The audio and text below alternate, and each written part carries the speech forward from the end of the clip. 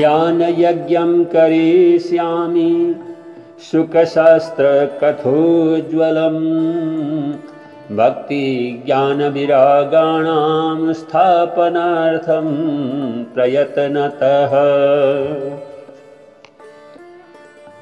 आइए हम तीसरे अध्याय के कथासार को श्रवण करते हैं। देवर्षि नारद ने कहा, हे कुमारों, भक्ति ज्ञान और वैराग्य की स्थापना के लिए मैं ज्ञान यज्ञ अवश्य करना चाहता हूं, पर उसके लिए आप लोग उचित स्थान बतलाइए, साथ ही भागवत की महिमा तथा विधि भी बतलाइए।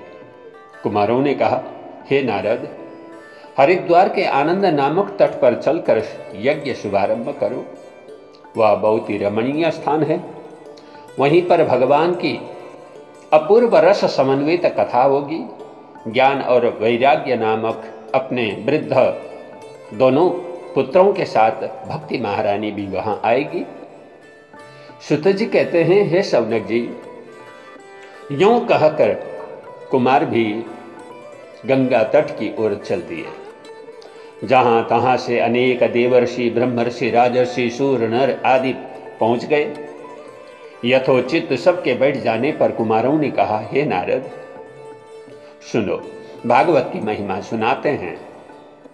एक भागवत ही मनुष्य को मुक्ति दिलाने में समर्थ है। हजारों अश्वमेध यज्ञ इसकी 16वीं कला की भी बराबरी नहीं कर सकते। हे नारद, मनुष्य तभी तक पापी बना हुआ रहता है जब तक कि वह भागवत नहीं सुनता।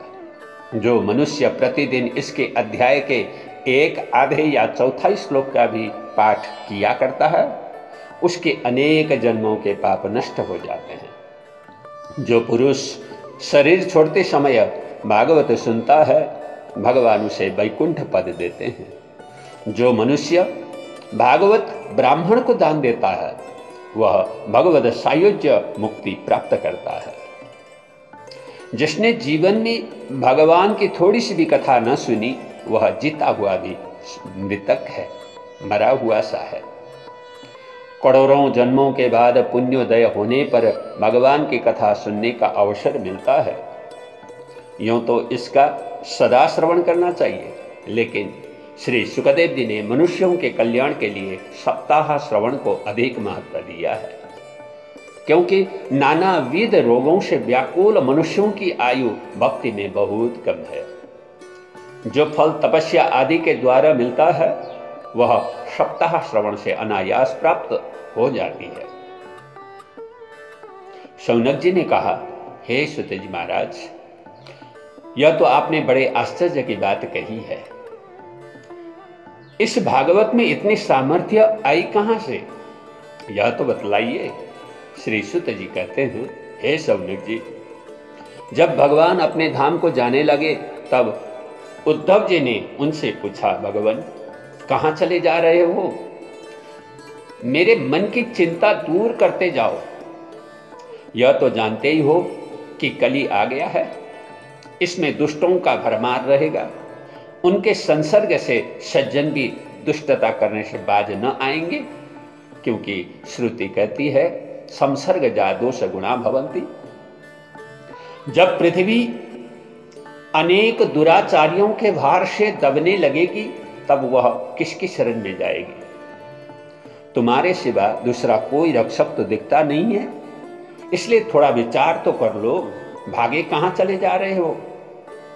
ऐसे उद्धव की बातें सुनकर बहुत विचार करने के बाद भगवान ने अपने तेज को भागवत में रख दिया। इसलिए हे शौनक जी, यह भागवत भगवान कृष्ण की प्रत्यक्ष वाङ्मयी मूर्ति है। इसके पढ़ने सुनने से 100 पाप दूर हो जाते हैं। अन्य साधनों की अपेक्षा इस कली में सप्ताह श्रवण अधिक फल देने वाला है। हे शौनक जी, ऋषियों द्वारा सप्ताह श्रवण के प्रकाशित होने पर ऋषियों के बीच में ज्ञान और वैराग्य नामक अपने दोनों पुत्रों को लेकर भक्ति महारानी आ गई। मुनियों ने कुमारों से पूछा कि हे महाराज, यह हम लोगों के बीच में कहां से आ गई? कुमारों ने कहा, हे मुनियों, यह कथा के लिए यहां आई है। तदनंतर नम्रता पूर्वक भक्ति महारानी ने कहा, हे महानुभावों, मैं तो क्षीण हो गई थी, आप लोगों ने कथामृत से मुझे पुष्ट बनाया। अब बतलाइए कि मैं कहां बैठूं। कुमारों ने कहा, हे भक्ति महारानी, अब आप भगवत भक्तों के मन में जाकर के बैठ जाइए, वहां कली के दोष आपको न देख पाएंगे। उसके बाद भक्ति भक्तों के मन में जाकर के बैठ गई। कुमारों ने कहा, हे नारद, भागवत की महिमा का अब अधिक क्या वर्णन करूं, जिससे श्रोता और वक्ता दोनों ही भगवत स्वरूप को प्राप्त हो जाते हैं। जय श्री कृष्ण।